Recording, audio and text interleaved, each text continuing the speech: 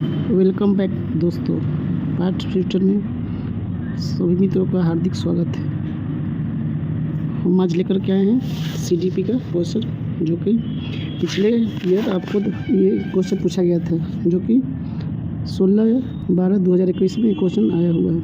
तो PYQ के रूप में हम लोग सीडीपी का क्वेश्चन देखेंगे।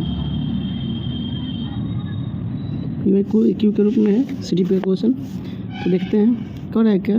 पहला क्वेश्चन, निम्नलिखित में से कौन सा कथन व्यक्ति के विकास की प्रक्रिया के बारे में सही है। मतलब व्यक्ति के विकास की प्रक्रिया के बारे में देखना है कि व्यक्ति के बारे में कौन सी प्रक्रिया है। तो इसका पहला ऑप्शन कह रहा है क्या कि विकास की प्रक्रिया एक दिवसीय होती है। मतलब जो विकास की प्रक्रिया होती है वो क्या होता है, तो एक दिवसीय होती है। दूसरा कह रहा है कि यह केवल व्यक्ति की आनुवंशिकता पर प्रभावित होती है। मतलब इसको क्या कर रहा है कि प्रभाव डालता है किस पे, तो आनुवंशिकता पे। तीसरा कह रहा है विकास की प्रक्रिया में संस्कृति विविधता होती है। और चौथा है विकास केवल वातावरणीय कारकों द्वारा निर्धारित होती है। तो विकास किस पे होता है, क्या होता है, प्रक्रिया होता है। तो इसका राइट ऑप्शन हो जाएगा ए, विकास की प्रक्रिया एक दिवसीय होती है। मतलब एक ही तरह का ये विकास हमारा होते रहता है। नेक्स्ट क्वेश्चन चलते हैं। नेक्स्ट क्वेश्चन हमारा कह रहा है क्या कि निम्नलिखित में से कौन सा प्रश्न बच्चों में विवेचना चिंतन को बढ़ावा देने का उदाहरण है। मतलब बच्चा का कौन सा जो है विवेचना चिंतन बढ़ावा देता है। तो इसका पहला ऑप्शन है, पता करो कि तटीय इलाकों में रहने वाले लोग क्या खाते हैं व क्यों। दूसरा है, भारत में 10 राज्यों के नाम बताओ। मतलब भारत के कितने राज्य हैं, मतलब उसमें से 10 के नाम बताना। तीसरा है, 2 से 10 बच्चों के पहाड़े लिखो। 2 से 10 तक के पहाड़ा लिखने के लिए बोले। अब लास्ट ऑप्शन है, दी गई कविताओं का सुमरण करके वाचन करना। मतलब जो कविता दिया गया उसको सुन करके उस पर वाचन करना। तो इसका राइट ऑप्शन हो जाएगा ए जो है इसका राइट ऑप्शन हो जाएगा। पता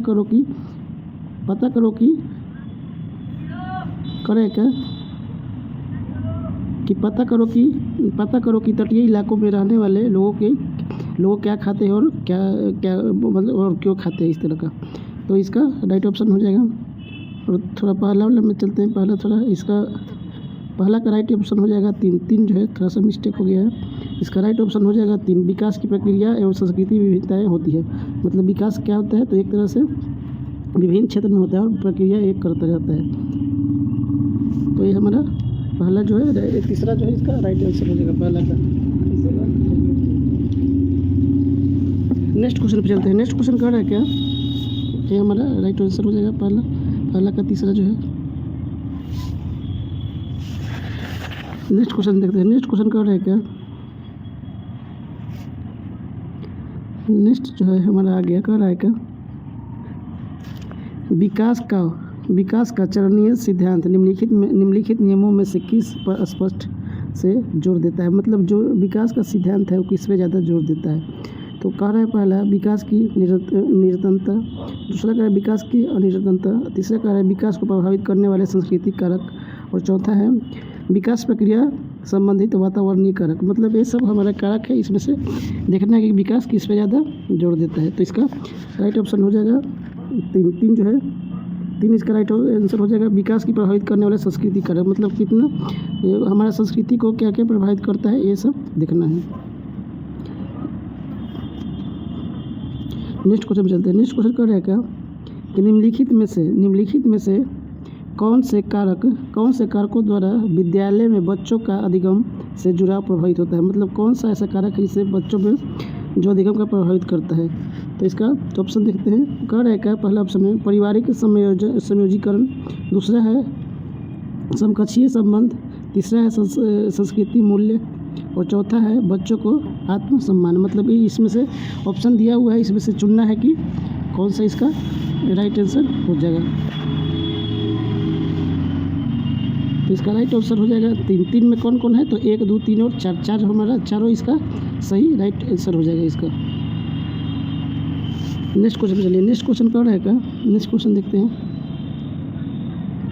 नेक्स्ट क्वेश्चन चलते हैं। नेक्स्ट क्वेश्चन कह रहा है क्या, जीन पियाजे के अनुसार पूर्व सक्रियात्मक चरण में बच्चे, मतलब जीन पियाजे के अनुसार पूर्ण संक्रियात्मक चरण मतलब पहले अवस्था में बच्चा मतलब किस तरह के कार्य करता है।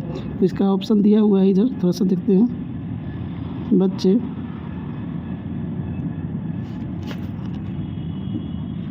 बच्चे में से क्या कार्य करते हैं, मतलब बच्चे मतलब प्रथम अवस्था में क्या कार्य करते हैं। तो इसका पहला ऑप्शन कह रहा है प्रतिलोमिक चिंतन, दूसरा कह रहा है प्रतीकात्मक खेल, और तीसरा है अनुक्रमिक वर्गीकरण, और चौथा है संरक्षण। तो इसका राइट ऑप्शन हो जाएगा प्रतीकात्मक खेल। खेल के द्वारा जो है बच्चा जो है हमारा जल्दी सीखता है। नेक्स्ट क्वेश्चन में चलते हैं। नेक्स्ट क्वेश्चन कर रहा है क्या कि एक छोटी सी बालिका है, एक छोटी बालिका प्रतीकात्मक खेल कर पाती है, मतलब जो अपने आप से प्रतीकात्मक खेल कर पाती है, पर अभी दूसरी व्यक्ति को दृष्टिकोण नहीं समझ पाती है। मतलब दूसरे अपने आप से खेल लेती है, लेकिन अपने आप से खेलती है, लेकिन दूसरे की बात तो नहीं समझ पाती है, और वह अपनी पकड़ से बाहर की घटनाओं की वजह से आसानी से परेशान हो जाती है। जीन पियाजे द्वारा सुझाए चरणों में से कौन सा चरण इस बालिका के वर्तमान स्तर को अंकित करता है। मतलब कौन सा इसका चरण है जो जीन पियाजे द्वारा दिया गया है। तो इसका पहला ऑप्शन है संवेदिक गमन, मतलब संवेदिक गमन प्रक्रिया, संवेदिक गमन, और दूसरा है पूर्ण सक्रियात्मक, और तीसरा है मूर्त सक्रियात्मक, और चौथा है औपचारिकत्मक सक्रियात्मक। तो इसका राइट ऑप्शन हो जाएगा पूर्ण सक्रियात्मक। पूर्ण सक्रियात्मक से जो बच्चा है जल्दी सीख लेता है। आगे चलिए, आगे हमारा कर रहा है नेक्स्ट क्वेश्चन कर रहा है निम्नलिखित में से कौन सा अभिलक्षण कोहलबर्ग के नैतिक विकास के मॉडल में सम्मिलित है। मतलब कौन सा मॉडल है कोहलबर्ग ने दिए हैं नैतिक विकास के। तो पहला ऑप्शन है नैतिक विकास के चरणों के स्वरूप सार्वभौमिक होता है, दूसरा है नैतिक चिंतन के विकास में निरंतरता होती है, और तीसरा है नैतिक विकास एवं प्रक्रिया क्रमिक प्रक्रिया नहीं, यह संपूर्ण रूप से वातावरणीय कारकों पर निर्भर करता है। मतलब ये प्रक्रिया नहीं है किस पे, तो कारकों पर निर्भर करता है। चौथा है नैतिक विकास मुख्य संस्कृति मूल्यों पर निर्भर करता है। मतलब एक कह रहा है कि नैतिक विकास जो है हमारा किस पर निर्भर करता है, तो संस्कृति मूल्यों पर निर्भर करता है। तो इसका राइट आंसर हो जाएगा, ये जो है जो कह रहा है कि नैतिक विकास के चरणों को जो है स्वाभाविक होता है। नेक्स्ट क्वेश्चन चलते हैं। नेक्स्ट क्वेश्चन कह रहा है क्या कि लेव बाई गोस्की के अनुसार निम्नलिखित में से किसके लिए समयस्पत विकास क्षेत्र का इस्तेमाल करना चाहिए। तो पहला है अध्ययन और मूल्यांकन, दूसरा है केवल अध्ययन, तीसरा है केवल मूल्यांकन, और चौथा है प्रवाही बौद्धिकता और पहचान। इसका राइट ऑप्शन हो जाएगा अध्यापन और मूल्यांकन। हम जो पढ़ेंगे फिर उसका क्या करेंगे, तो उसका मूल्यांकन करेंगे कि कितना हमको समझ में आया, कितना नहीं समझ में आया, इस तरह का करेंगे मूल्यांकन। आगे चलिए, फिर एग्जाम से भी मूल्यांकन होता है।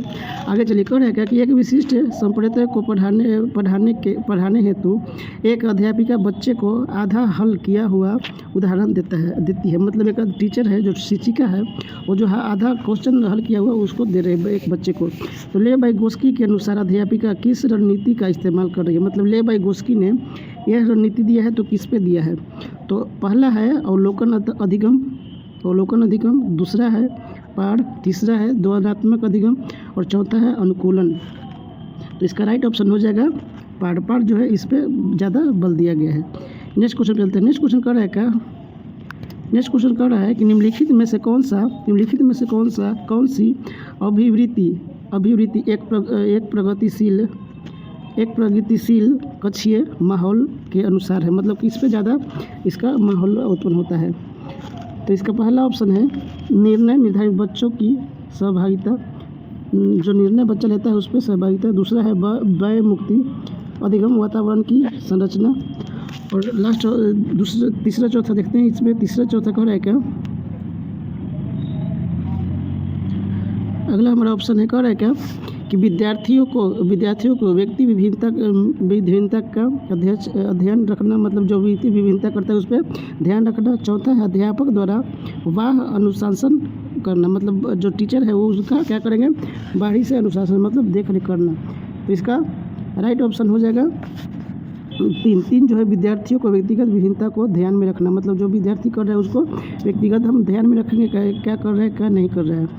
अगला क्वेश्चन चलते हैं। नेक्स्ट क्वेश्चन कर रहा है क्या कि यह महत्वपूर्ण है कि कोई अध्यापक बच्चे को बुद्धि लब्धि के आधार पर स्थिर समूहों में पृथक ना करे। क्योंकि मतलब स्थिर समूह है उसको पृथक मतलब अलग ना करे, क्योंकि यह अध्यापक के लिए असुविधाजनक है, मतलब ऐसा करने से क्या होता है तो असुविधाजनक है। दूसरा कारक यह विद्यालयों के लिए असुविधाजनक है। आगे कर रहा है क्या, यह बच्चों को एक दूसरे के साथ अंतः सहानुभूति प्रतिबद्ध नहीं करने देता है।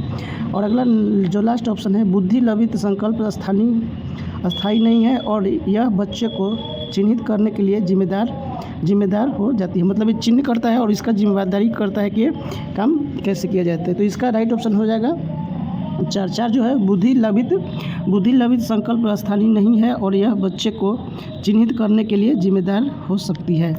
तो ये सब हमारा PYQ के रूप में है, जो प्रीवियस ईयर में क्वेश्चन आया हुआ था वो हम आज उठा के लाए हैं। और आप लोग अच्छे से जिनका एग्ज़ाम है वो अपना क्वेश्चन को देख लीजिए, क्वेश्चन आने वाला है।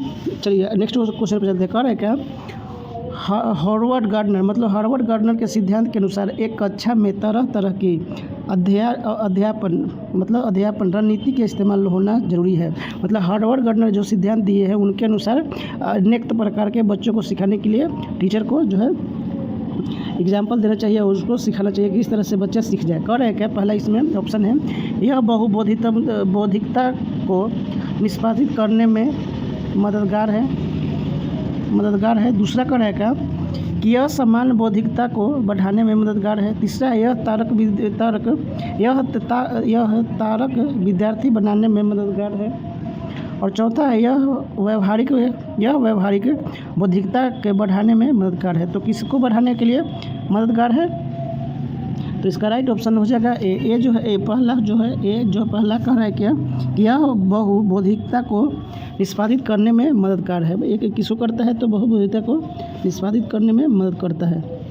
नेक्स्ट क्वेश्चन पर चलते हैं। नेक्स्ट क्वेश्चन हमारा कर रहा है क्या, कि 1.5 से 2.5 मतलब 1.5 साल से लेकर के 2.5 साल की उम्र के बच्चों द्वारा अक्सर उचित द्विशब्दीय उच्चारणों को क्या कहा जाता है। मतलब 1.5 से लेकर के 2.5 साल के बच्चा जो है वो जो उच्चारण करेगा तो उसको क्या कहा जाएगा। तो कह रहा है क्या, कि वाचन का अधिक विस्तार, मतलब वाचन जो कर रहा है, मतलब वाक्य जो बोल रहा है उसका अधिक विस्तार।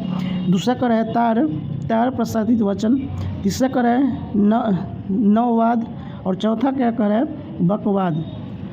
तो इसका राइट ऑप्शन हो जाएगा 4, इसका राइट ऑप्शन होगा 4 प्रतीक का वाचन। मतलब ये जो तर्क कर रहा है, तार प्रतिशत कर रहा है, उसका जो वाचन कर रहा है, मतलब जो बच्चा बोल रहा है उसको सुन रहा है और सुन करके उसको आंसर दे रहा है, तार प्रशस्ति वाचन कर रहा है एक तरह से। तो इसका राइट ऑप्शन हो जाएगा दूसरा का, इसका 13 का 2 इसका राइट आंसर हो जाएगा। नेक्स्ट क्वेश्चन पर चलते हैं। नेक्स्ट क्वेश्चन कर रहा है क्या, देखिए नेक्स्ट क्वेश्चन हमारा आ गया। कर रहा है, पुरुष समानतः दिमाग से सोचते हैं। पुरुष किससे सोचते हैं, तो समानतः दिमाग से सोचते हैं। और महिलाएं अपने हृदय से सोचती हैं, और महिलाएं अपना हृदय से। यह कथन क्या दर्शाता है, मतलब यह कथन क्या दर्शा रहा है। तो पहला ऑप्शन है लैंगिक विभेदीकरण। दूसरा है लैंगिक रूढ़िवादी, मतलब लैंगिक रूढ़िवाद। और तीसरा है दोनों लिंगों के बीच अनुवांशिक भेद। और चौथा है लैंगिक स्थिरता। मतलब इस तरह का क्या दिखा रहा है, तो इसका राइट ऑप्शन हो जाएगा लैंगिक रूढ़िवादी। रूढ़िवादी का को एक तरह से दिखा रहा है पुरुष और स्त्री में मतभेद एक तरह से हो रहा है, कि पुरुष सोच रहा है जो दिमाग से सोच रहा है और स्त्री जो है कैसे, तो दिल से सोच रही थी। एक तरह से क्या है, तो रूढ़िवादिता को दर्शा रहे हैं। नेक्स्ट क्वेश्चन देखते हैं। नेक्स्ट क्वेश्चन हमारा कह रहा है क्या, नेक्स्ट क्वेश्चन चलते हैं। कह रहा है क्या, कि एक प्रगतिशील कक्षा में निम्न में से कौन सी मूल्यांकन विधि का इस्तेमाल नहीं होता होगा। मतलब मूल्यांकन का इस्तेमाल नहीं होता होगा। तो इसका पहला ऑप्शन है अध्यापक द्वारा मनवांशिक जनरल का इस्तेमाल। दूसरा है स्वयं मूल्यांकन एवं समकक्षीय मूल्यांकन। तीसरा है केवल मानक निर्देशिक मूल्यांकन पर आश्रय। चौथा है विद्यार्थियों के पोर्टफोलियो तैयार करना। विद्यार्थियों को क्या करेंगे, पोर्टफोलियो तैयार करना। तो इसका राइट ऑप्शन हो जाएगा 3 जो है केवल मानक निर्देशिक मूल्यांकन पर आश्रय, मतलब उस पर जो आश्रय लगाए रहते हैं। अगर नेक्स्ट क्वेश्चन कर रहा है क्या, नेक्स्ट क्वेश्चन कर रहा है, देखिए नेक्स्ट क्वेश्चन हमारा आ गया कि वंचित और हाशिए परिस्थित समूहों की भाषा और संस्कृति को स्कूली पाठशाला में समावेशित करने से एक अध्यापक क्या कर सकता है, मतलब क्या कर सकता है। तो इसका पहला ऑप्शन कर रहा है शिक्षा में समानता, शिक्षा में क्या करेगा, समानता, सबको समान रूप से देखेगा। और दूसरा कह रहा है शिक्षा में समानता, दूसरा है शिक्षा में समयता, दूसरा क्या करे, शिक्षा में समयता। अगला को ऑप्शन देखेगा, इसका आगे वाला ऑप्शन कह रहा है क्या, तीसरा ऑप्शन कह रहा है हाँ सुविधा वंचित समूहों के प्रति सहानुभूति, मतलब जो सुविधा देंगे उससे वंचित रहेगा उसको सहानुभूति। चौथा कह रहा है विशेषता सुविधा और समूह के लिए व्यवहारिक शिक्षा, मतलब जो सुविधा दे रहे हैं विशेषता, मतलब इस सबसे समूह में बांध देंगे हम लोग, मतलब ग्रुप में दे करके इसको हम लोग व्यवस्थित करेंगे। तो ये हमारा ये दोनों ऑप्शन नहीं होगा, तो इसका राइट ऑप्शन होगा क्या, तो इसका राइट ऑप्शन पे चलते हैं। इसका राइट ऑप्शन हो जाएगा शिक्षा में समानता, मतलब शिक्षा हम जो रहे हैं उसमें सबका समान हक होना चाहिए। जैसा भी बच्चा हो, जैसा भी पढ़ने वाला बालक हो, टीचर को क्या करना चाहिए, तो समान हक देना चाहिए, समान रूप से भी देखना चाहिए। तो इसका राइट ऑप्शन 2 होगा, शिक्षा में समानता। नेक्स्ट क्वेश्चन पर चलते हैं। नेक्स्ट क्वेश्चन हमारा कह रहा है क्या, नेक्स्ट क्वेश्चन देखिए, नेक्स्ट क्वेश्चन कह रहा है कि पर्याप्त समर्थन प्रदान करने के बावजूद एक कक्षा में एक विद्यार्थी गणितीय प्रक्रिया को समझने में निरंतर चुनौती का सामना करता है। मतलब गणित को कक्षा चल रहा है, गणित पढ़ा रहे हैं टीचर, उसमें क्या करें, उस समय समझाने के लिए चुनौती हो रहा है। इसकी वजह क्या हो सकती है, मतलब क्या हो सकता है कि बच्चा को गणित में समझ नहीं आ रहा है। तो इसका पहला कह रहा है संलग्नता, इसका पहला ऑप्शन है संलग्नता, दूसरा है गणितीय विकल्प, तीसरा है आलेखीय विकल्प और चौथा है पठन विकल्प। तो इसका राइट ऑप्शन हो जाएगा दो जो है गणितीय विकल्प के द्वारा बच्चे को समझाया जा सकता है, मतलब ऑब्जेक्टिव टाइप क्वेश्चन दे करके। आगे चले, आगे हमारा क्वेश्चन है नेक्स्ट क्वेश्चन, एक समावेशी संस्था में एक श्रव बाधित विद्यार्थी की शिक्षा हेतु निम्नलिखित में से रणनीति प्रभावित नहीं होगी, मतलब कैसा रणनीति हम बनाएंगे कि वो प्रभावित नहीं होगी। तो इसका पहला ऑप्शन कह रहा है वीडियो चित्रण के प्रदर्शन में उप शीर्षकों का इस्तेमाल, मतलब हम वीडियो के माध्यम से, वीडियो और चित्र के माध्यम से बच्चों को दिखाएंगे और उससे हम समझाएंगे। दूसरा कह रहा है कि पढ़ाते हुए अभिव्यक्ति, शारीरिक गतिविधियों और संकेत का इस्तेमाल, मतलब जो हम बच्चे को पढ़ा रहे हैं उस पर क्या करा कि अभिव्यक्ति, मतलब अभिव्यक्ति उनके अनुसार हम उनके शारीरिक गतिविधियों को भी इस्तेमाल करेंगे। तीसरा कह रहा है मौखिक संप्रेषण के साथ साथ शाब्दिक चित्रण संप्रेषण का इस्तेमाल। और मौखिक संप्रेषण मतलब हम मुंह से बोल करके जो हम बच्चे को समझा रहे हैं उसमें चित्रण का संप्रेषण होना चाहिए। आगे कह रहा है क्या, संप्रेषण हेतु मुख्यतः मौखिक माध्यम पर ही आश्रित रहना, मतलब जो हम पढ़ा रहे हैं उसके मुख पे ही हम आश्रित रहते थे। इसका राइट ऑप्शन हो जाएगा 4 जो है, संप्रेषण हेतु मुख्यतः मौखिक माध्यम पर ही आश्रित रहना, मतलब जो हम समझा रहे हैं उस पर ही हम डिपेंड रहते हैं। आगे कह रहा है क्या, निम्नलिखित में से किस कक्षीय प्रक्रिया का विश्लेषण किसी अध्यापक के वंचित समूहों की प्रति गठित गूढ़ पूर्वाग्रह की उजागर कर सकता है, मतलब जो अध्यापक वंचित है उनके समूह को, मतलब समूह में दिया गया है उसको कैसे उसको पूर्वाग्रह करके, मतलब पिछला वाला जो क्वेश्चन दिया गया उसको कैसे देख सकते, कैसे समझ सकते हैं। तो पहला करेगा कि लिंग, जाति और आर्थिक श्रेणी के आधार पर निर्धारित आसन व्यवस्था, मतलब लिंग और जाति, मतलब लिंग में फीमेल और मेल है उस पर हम बात करेंगे। और कह रहा है क्या कि जाति और आर्थिक, मतलब जो किस कास्ट से किस जाति से उस पर हम काम करेंगे और आर्थिक स्थिति कैसा हो उसके अनुसार। तो इस तरह का हम देखेंगे। आगे कह रहे हैं, दूसरा कह रहा है क्या, अध्यापक का निरुणता उन्मुखी अभिप्रेरणा शैली को प्रोत्साहित करना, मतलब अध्यापक का निर्ममता शैली उसको जो है अभिप्रेरणा शैली को प्रभावित करना। तीसरा कह रहा है क्या, अधिगम कठिनता अनुभव करने वाले बच्चे के लिए यथोचित समायोजन करना, मतलब जो अधिगम कर रहा है, जो बच्चा सीख रहा है उसके बारे में यथोचित समायोजन, मतलब उसको मदद करना। चौथा कह रहा है बच्चे को शिक्षा प्रणाली के यंत्रवादी पहलुओं का परीक्षण, प्रतिरोध और चुनौती देने के लिए प्रोत्साहित करना, मतलब उसको बात समझाएंगे, उसको प्रोत्साहन करेंगे, जो अच्छा परफॉर्मेंस करेगा, पढ़ने लिखने में अच्छा नंबर लाएगा, उसको क्या करेंगे तो प्रोत्साहित करके उसको आगे बढ़ाएंगे। तो ये हमारा 4 गो विकल्प है, तो इसमें से चुनना है इसका राइट ऑप्शन कौन है। तो इसका राइट ऑप्शन पहला हो जाएगा लिंग, जाति और आर्थिक श्रेणी के आधार पर निर्धारित आसन व्यवस्था करना। नेक्स्ट क्वेश्चन पे चलते हैं। नेक्स्ट क्वेश्चन कह रहा है क्या कि कक्षा में सृजनात्मकता को बढ़ावा देने के लिए विद्यार्थियों को कैसा अवसर प्रदान करना चाहिए, मतलब हम कक्षा में पढ़ा रहे हैं तो उसमें हम किस तरह का विद्यार्थियों को अवसर देंगे कि वो अच्छा से परफॉर्मेंस करे क्लास में। तो इसका पहला ऑप्शन है विशिष्ट उपलब्ध वर्ग में सम्मेलन कर मतलब उसमें भाग लेकर के। दूसरा है मौखिक खोज और सोच को बढ़ाने के। तीसरा है परीक्षा देने के बेहतर कौशल विकसित करके, मतलब हम एग्ज़ाम ले रहे हैं उसमें से अब बच्चे को ऐसा कुछ शॉर्टकट तरीका या कुछ ऐसा बात बताया जाए कि अच्छा काम कर सके। चौथा है अभिसारिक सोच सीखने के। चौथा का है क्या अभिसारिक सोच सीखने के।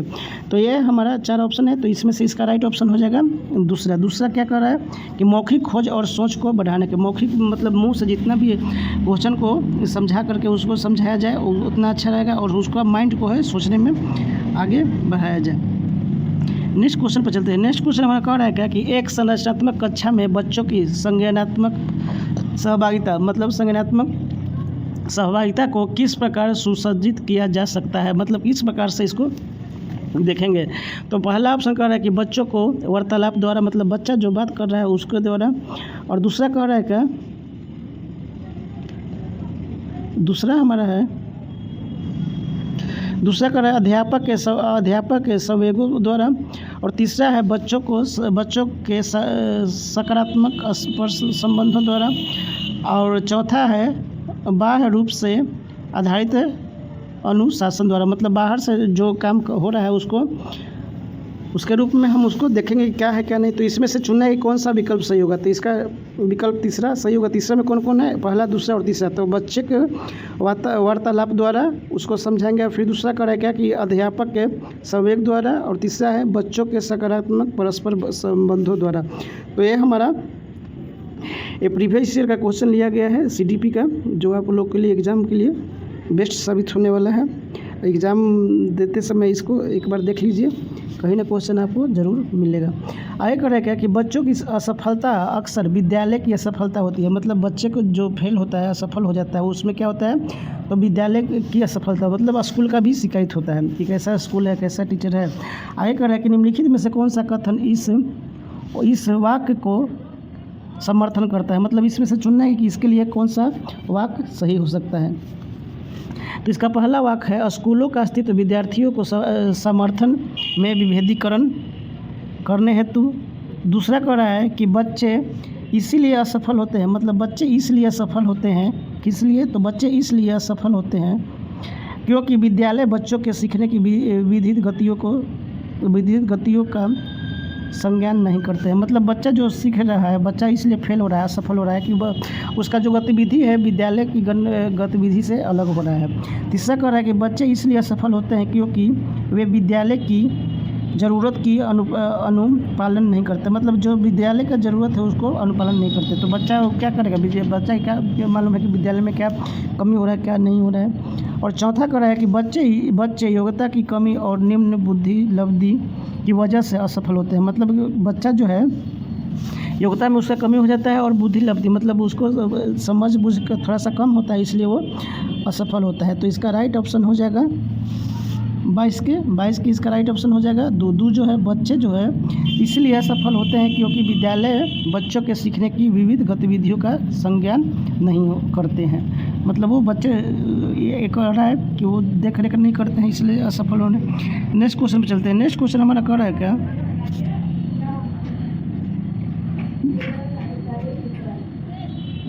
हमारा 23 नंबर, किसी संप्रदाय के संगीत और अर्थपूर्ण होने की क्या आवश्यक है, मतलब कौन सा ऐसा हम प्रत्यय लेंगे जिसका उसका अर्थ निकले और अर्थपूर्ण हो। तो इसका पहला ऑप्शन है उपयुक्त परिभाषा, द्वारा पढ़ाया जाए, मतलब जो हम पढ़ा रहे हैं उसका परिभाषा देकर के पढ़ाया जाए, सब बच्चे को समझ में आए। दूसरा कह रहा है बच्चे के जीवन संबंधित सामाजिक परिप्रेक्षण से जोड़कर पढ़ाया जाए। तीसरा है पाठ्य पुस्तक से बच्चे की कॉपी में ज्यों का त्यों लिखो, मतलब जो पाठ्य पुस्तक उसका लिखने वाला है तो उसका जो है कॉपी में ज्यों का त्यों, जो कॉपी में किताब में है वही हम लिख देते, उससे क्या हो बच्चे को समझ में आएगा। और तीसरा कह रहा है, चौथा कह रहा है अच्छे से रट ले, मतलब बच्चे को अच्छे से रटवा दें, रट ले ताकि विद्यार्थी प्रतियोगिता में हिस्सा ले पाए। मतलब रटा हुआ चीज़ कितने तक कहाँ तक याद रहेगा, तो भूल जाएगा। तो इसके लिए हमारा सटीक ऑप्शन बन रहा है, सटीक आंसर जो है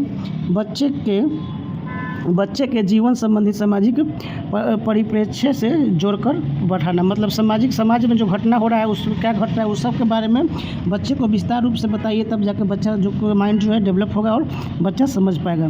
तो ये हमारा 23 क्वेश्चन हुआ, 23 क्वेश्चन है। अगला क्वेश्चन पर चलते हैं, आगे वाला जो क्वेश्चन देखें कह रहा है क्या, कह रहा है कि एक कक्षा में बच्चों के असफलता के भय को दूर करना क्यों ज़रूरी है। मतलब बच्चा एग्ज़ाम देने से डर रहा है कि वो असफल हो जाएगा, वो फेल हो जाएगा, तो बच्चा के अंदर क्या डर बैठा है, तो इसको हम कैसे दूर करेंगे, वो क्वेश्चन यही कर रहा है। तो इसका पहला ऑप्शन कर रहा है क्या कि एक कक्षा में अध्यापक बच्चों के भय को संभाल नहीं सकते हैं, मतलब बच्चे को डर लगेगा तो शिक्षक उसको संभालेंगे।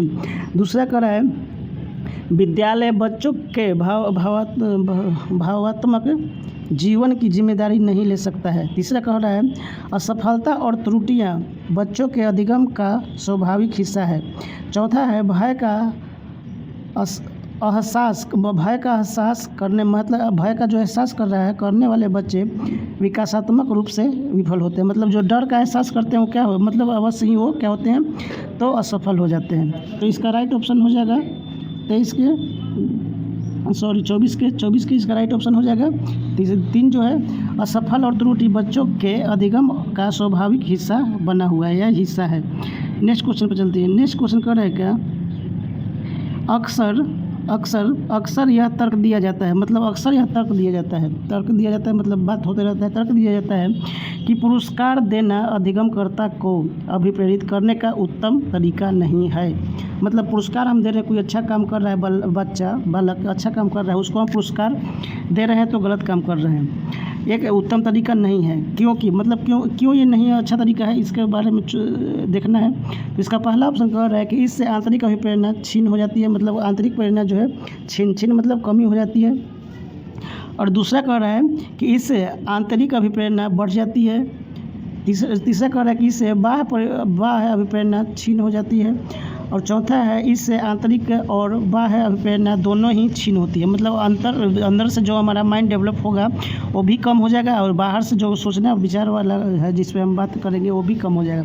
तो इसका राइट ऑप्शन हो जाएगा ए पहला जो है इससे आंतरिक अभिप्रेरणा छीन हो जाता है, मतलब आंतरिक जो सोचने वाला माइंड है वो कम काम करने लगता है। नेक्स्ट क्वेश्चन चलिए, नेक्स्ट क्वेश्चन कर रहा है क्या निम्नलिखित में से अभिलक्षणों का कौन सा दल उत्तम समस्या समाधानकर्ता को इंगित करता है, मतलब उत्तम समस्या समाधानकर्ता को इंगित करता है। तो इसका पहला ऑप्शन कह रहा है का सृजनात्मकता प्रक्रिया, अनमयता की कमी, अपसारी चिंतन, मतलब ये सब सृजनात्मक की कमी हो गया है। क्या इसका क्या प्रतीकात्मकता क्या हुआ, तो इसका भी कमी हो गया। तो ये हमारा पहला ऑप्शन है। नेक्स्ट ऑप्शन पे चलते हैं। नेक्स्ट ऑप्शन कह रहा है क्या, नेक्स्ट ऑप्शन कह रहा है, देखिए नेक्स्ट कह रहा है क्या हमारा 26 के, हाँ चलिए नेक्स्ट ऑप्शन है हमारा कह रहा है आगे है, कह रहा है दूसरा ऑप्शन कि क्रियात्मक जड़ता, सृजनात्मकता, अभिसारी चिंतन, ये सब क्या है तो चिंतन है। तीसरा है प्रतिक्रियात्मक असमानता की कमी, अभिसारी चिंतन, सृजनात्मकता, ये सब हमारा ऑप्शन चल रहा है। चौथा है अपसारी चिंतन, मतलब अपसारी चिंतन कह रहा है, अपसारी चिंतन, क्रियात्मक जड़ता और प्रतिक्रियात्मकता, ये सब हमारे ऑप्शन को फॉलो कर रहा है। कौन सा ऑप्शन इसमें सटीक बैठ रहा है इसको देखना है। तो ये हमारा राइट ऑप्शन बन के आएगा सृजनात्मकता, पहला इसका राइट ऑप्शन हो जाएगा सृजनात्मकता, प्रतिक्रिया, सभ्यता की कमी की अपसारी चिंतन है, ये हमारा राइट ऑप्शन हो जाएगा इसका 27 का ए। 28 पे चलिए, 28 हमारा ऑप्शन क्वेश्चन कर रहा है क्या 28 वाला, शिक्षिका कक्षा में सकारात्मक रूप से सीखने का वातावरण किस प्रकार सुनिश्चित कर सकती है, मतलब किस प्रकार से शिक्षिका वो बच्चे को समझा सकती है। तो पहला कर है कि एक कौन नहीं है का सुनिश्चित कर सकती है, तो किस पे करेगी, तो पहला ऑप्शन कर रहा है एक तय एवं निर्धारित समय सारणी का अनुपालन करके, मतलब समय सारणी का क्या करेंगे, अनुपालन करेंगे। दूसरा कर रहा है क्या, पुस्तक एवं सजा का प्रयोग कर बच्चों को अनुमानसिकता रखकर, मतलब पुस्तक का प्रयोग करके उसको पुरस्कार एवं सजा का प्रयोग, मतलब पुरस्कार हम भी देंगे और क्या सजा भी देंगे। तो कर रहा है बच्चे के लिए ये सब अपराध में आएगा कि पुरस्कार भी दे रहे हैं और उसको दंड भी दे रहे हैं। आगे चलिए, आगे हमारा ऑप्शन का रहेगा बच्चे के समय को सीखने की प्रक्रिया का हिस्सा बनाना, मतलब क्या करना, उसका हिस्सा बनाना। चौथा है बच्चों की क्षमता के आधार पर उनका विभेदीकरण करके एवं अलग अलग समूह बना करके, मतलब हम बच्चे को क्या करेंगे, विभेदीकरण मतलब अलग अलग उसको समूह में बांट देंगे कि कौन कैसा है क्या नहीं है। तो इस तरह का बच्चे को साथ व्यवहार नहीं किया जाता है, समूह में नहीं बांटा जाता है। तो इसका सटीक ऑप्शन बन रहा है 3 जो है बच्चे के समय को सीखने की प्रक्रिया का हिस्सा बनाकर, मतलब कि कैसा बच्चा सीखेगा, किस प्रकार से बच्चा सीखेगा, उसका भविष्य में उसको जोड़ करके उसको समझाया जाए, वो तो ज़्यादा जाके बच्चा जो है जल्दी सीखेगा। नेक्स्ट क्वेश्चन पर चलिए। नेक्स्ट क्वेश्चन कर रहा है क्या कि एक शिक्षक को कक्षा में एक सत्ताधारी व्यक्ति के रूप में देखा जाना चाहिए जिससे कोई चुनौती न दे सके, मतलब कह रहा है क्या कि एक शिक्षक है, एक शिक्षक को, मतलब एक शिक्षक को कक्षा में सत्ताधारी मतलब अपने हक में कोई काम कर रहा है, सत्ताधारी हो देखा जाए कि कोई चुनौतीपूर्ण न दे सके। तो इसके लिए पहला ऑप्शन पे चलिए, कह रहा है कि हाँ, इससे विद्यार्थियों को शिक्षकों के आज्ञा पालन एवं आदर करने में मूल्यों को सीख मिलती है। दूसरा कह रहा है हाँ, केवल ऐसा शिक्षक ही विद्यार्थियों को स्पष्ट मार्गदर्शन एवं यथार्थी संज्ञानात्मक स्पर्श प्रदान कर सकता है। तीसरा कह रहा है कि नहीं,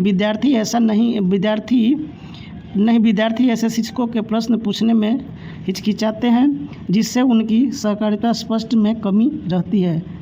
और चौथा कह रहा है नहीं, आज के तत्कालीन युग में शिक्षक विद्यार्थियों की अधिगम प्रक्रिया को प्रशंसित है, मतलब एक तरह से ये क्या कर रहे हैं, प्रशंसा लायक बने हुए हैं। तो इसका हमारा राइट ऑप्शन हो जाएगा, तो इसका लिए ये हमारा तीसरा ऑप्शन सही हो जाएगा। कह रहा है क्या कि नहीं, विद्यार्थी ऐसे शिक्षकों से प्रश्न पूछने में हिचकिचाते हैं जिससे उनकी सांप्रदायिकता स्पष्ट में कमी रह जाती है, मतलब वो कमी रहेगा तो उसके प्रश्न पूछा जाएगा। चलिए नेक्स्ट क्वेश्चन पे चलते हैं। नेक्स्ट को कह रहा है क्या कि कक्षा में परिचर्चा के दौरान क्या एक शिक्षिका को विद्यार्थी के गलत उत्तर सही करने चाहिए, मतलब हम कक्षा में क्या कर रहे हैं, परिचर्चा कर रहे हैं, तो शिक्षिका को विद्यार्थी का गलत उत्तर सही करना चाहिए, तो ऐसा कभी नहीं करना चाहिए। देखिए क्या कर रहे हैं, इसका ऑप्शन पर चलिए। ऑप्शन कर रहे हैं क्या कि हाँ, बच्चे की त्रुटियों को तुरंत संशोधन करना चाहिए, जो बच्चा गलत किया है उसको क्या करिएगा, संशोधन करिएगा।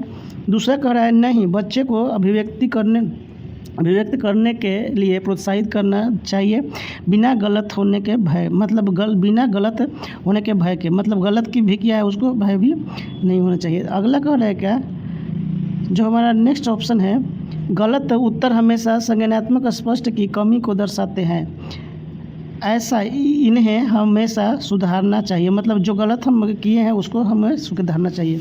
तो इसके लिए 3 ऑप्शन सटीक है, एक ऑप्शन थोड़ा सा कट गया है मिस्टेक से, तो ये इसमें से ही हमारा ऑप्शन है जो राइट आंसर होगा, तो इसमें से राइट आंसर हो जाएगा।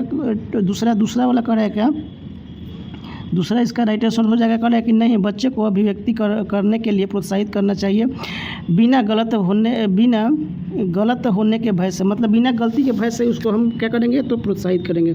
तो यह हमारा CDP का क्वेश्चन जो हम लिए थे प्रीवियस ईयर, मतलब पिछले साल जो एग्ज़ाम हुआ था सीटेट का, उससे क्वेश्चन लिए थे। तो ये आप लोग के लिए एग्ज़ाम के लिए बहुत सी कारीगर साबित होने वाला है, अच्छा सा स्कोर लाने वाला है। तो 1-2 बार इस वीडियो को देखकर तभी एग्ज़ाम सेंटर में एंट्री करिए, टाइम आप लोग के पास है तो। और एक क्वेश्चन आपको इसी तरह मिलने वाला है, तो ये हमारा एक टाइप से टेस्ट का क्वेश्चन था टेक्स्ट फॉर्म में। तो आप लोग जितना मार्क्स लेकर के आए इसमें आप लोग कमेंट कर दीजिएगा। और thank you for watching video.